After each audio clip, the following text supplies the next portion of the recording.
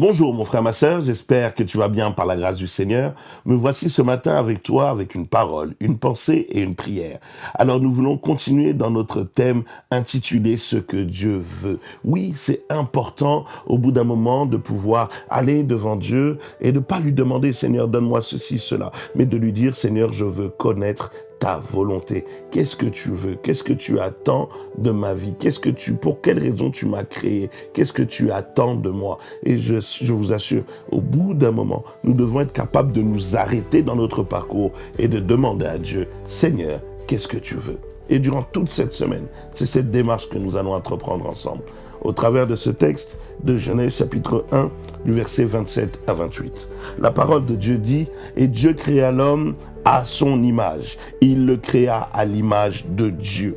Il créa l'homme et la femme. Dieu les bénit et leur dit, « Reproduisez-vous, devenez nombreux, remplissez la terre et soumettez-la. Dominez sur les poissons de la mer, sur les oiseaux du ciel et sur tout animal qui se déplace sur la terre. » Nous avons répondu à cette première question, qu'est-ce que Dieu veut? Et premièrement, nous avons vu hier que Dieu veut que nous puissions être à son image.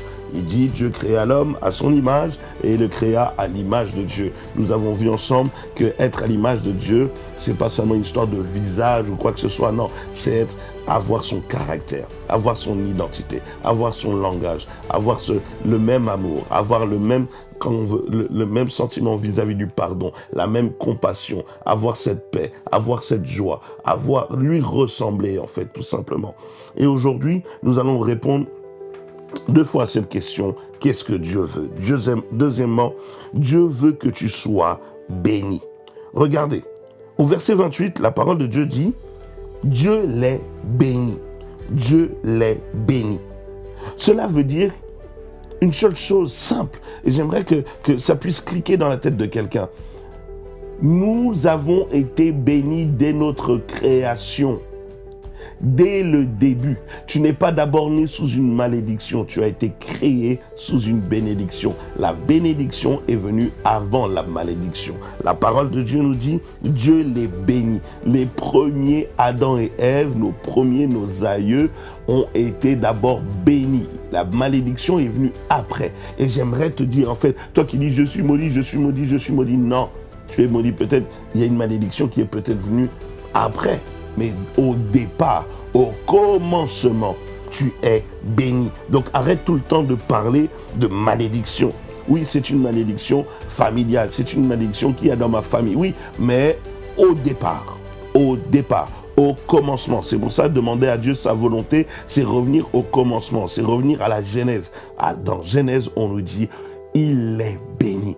Donc des fois dans ta prière, tu dois rappeler, tu dois dire, non, je ne suis pas que, il n'y a pas que la malédiction. J'ai été béni au début. Rappelle à tes ennemis, rappelle à ceux qui t'ont maudit, que vous placez votre malédiction, mais d'abord, le socle sur lequel je suis venu, c'était la bénédiction qui vient de Dieu. J'ai pas été béni par un homme, j'ai pas été béni par une personne, mais Dieu lui-même m'a béni dès la naissance. Donc la première famille a été bénie.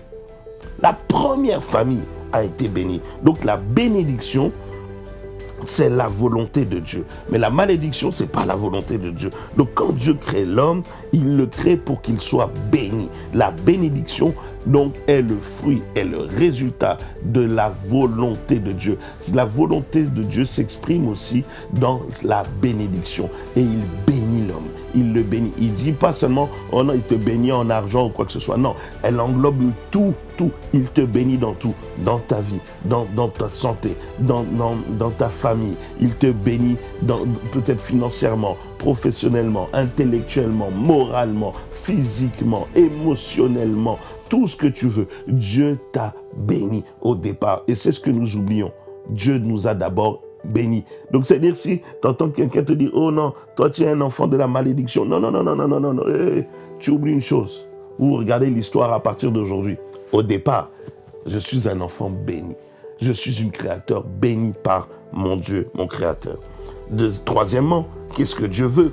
Dieu veut que tu te reproduisent. Écoutez, il dit, Dieu les bénit et leur dit. Donc la bénédiction a été accompagnée d'une phrase. Et c'est là qu'on va se rendre compte qu'est-ce que contient la bénédiction de Dieu.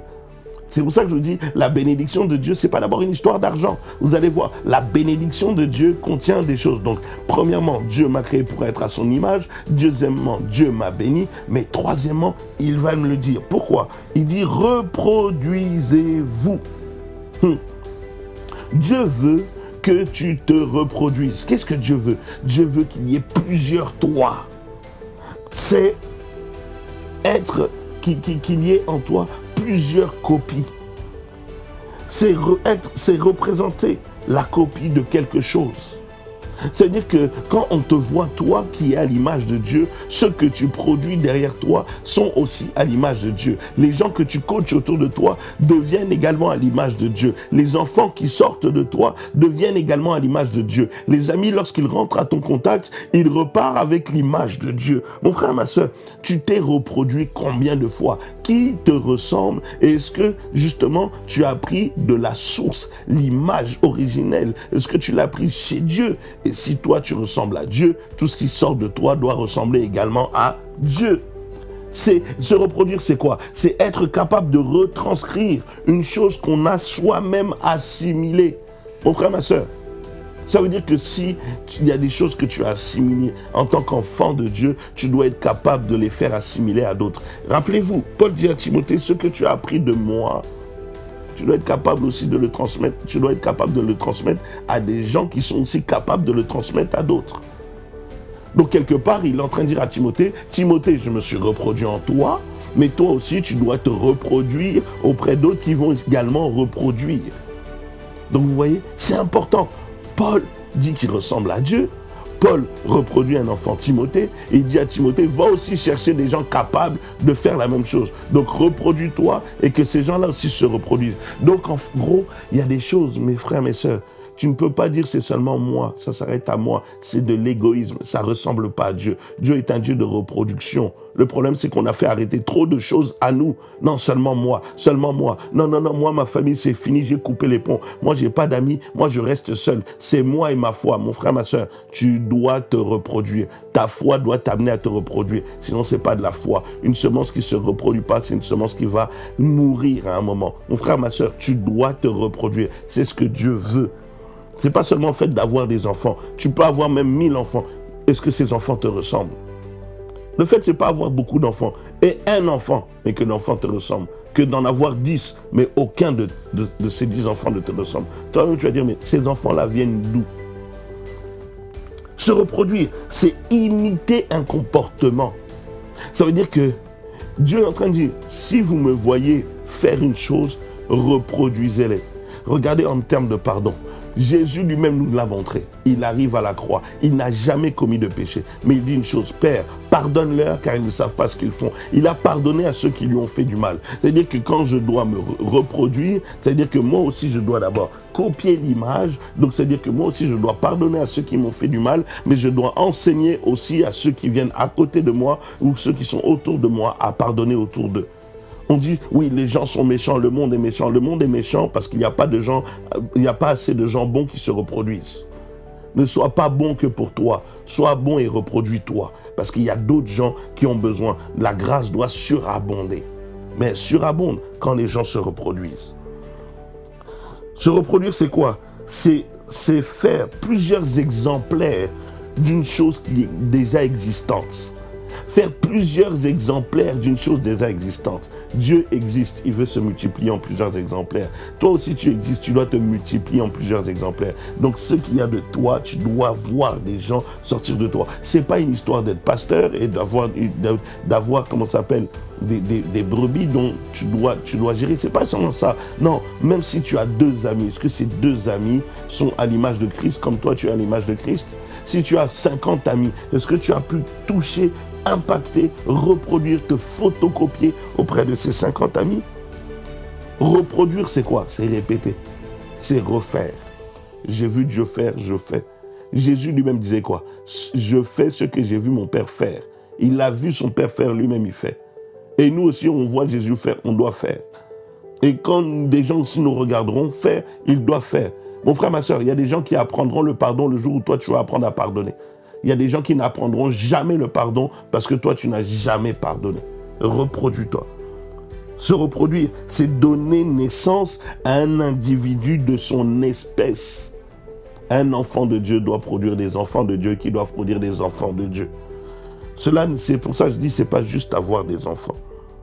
Pourquoi? Parce que la volonté d'un producteur, c'est que son produit soit visible. Mon frère, ma soeur, quand un producteur, quand une personne fait un album, le producteur de cet album va tout faire pour que cet album se multiplie, soit vu le plus possible, soit vendu le plus possible. C'est important. Tu dois chercher à la multiplication. C'est comme pour la bouteille d'eau, une bouteille d'eau. Celui qui fait la bouteille d'eau Evian, cristalline, peu importe la marque, il ne vend pas qu'une bouteille d'Evian. Il en vend plusieurs. Il multiplie les bouteilles. On les achète même en pack. Tu peux les acheter en lot. Il veut qu'on en achète. Ça doit se multiplier. Mais pourtant, Evian a une source à Evian. Une source, mais qui se multiplie. Une source, mais qui se multiplie d'année en année, de génération en génération. Avant que je sois né, on buvait de l'Evian. Pendant que tu es en bois de l'Evian. Demain, si tu meurs, on continuera à boire de l'Evian. Mais la source continue à se multiplier. Mon frère, ma soeur, multiplie. Reproduis. Le Jésus qui est en toi, tu le produis où? Ou tu le reproduis où? Tu le manifestes où? Tu l'exposes où? Qui voit ce Jésus en toi? Tu cherches à savoir qu'est-ce que Dieu attend de toi? Que tu te reproduises. La volonté de Dieu, c'est que tu sois visible et qu'au travers de toi, les gens puissent le voir lui. Dieu veut qu'on puisse te voir, mais qu'au travers de toi, on puisse le voir lui. C'est pour ça que des fois, Dieu permet qu'il te manque quelque chose. Pour que les gens vont voir qu'il te manque, tout le monde va voir qu'il te manque cette chose-là. Mais quand ils vont se voir et vont s'approcher, un jour ils constateront que Dieu t'a donné ce qu'il te manquait et voire même au-delà. Mais ils ne vont pas voir toi, ils vont voir Dieu. Comment Dieu aura agi. Est-ce que tu te reproduis? Telle est la question que nous devons nous poser aujourd'hui. Laisse-moi faire cette prière pour nous. Notre Père et notre Dieu, nous venons devant de toi parce que nous pouvons constater au travers de ces quelques paroles qu'à un moment nous sommes restés stériles. Nous ne nous sommes pas reproduits. Nous avons stoppé l'activité et les choses sont mortes autour de nous.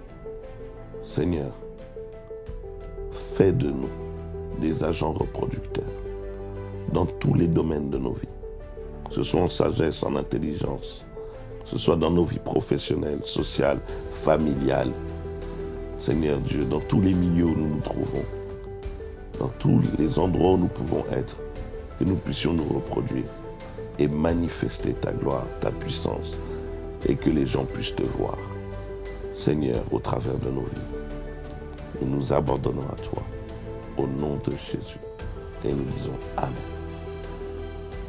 Vraiment, mon frère, prends du temps pour méditer cela, pour prier et pour revoir. Est-ce que les gens qui sont à ton contact, tu les as impactés? Est-ce que tu as reproduit le Jésus que tu as en toi, en eux? Telle est la question. Que Dieu te bénisse, passe une excellente journée, mais surtout n'oublie pas que Dieu est un bon Dieu. Amen.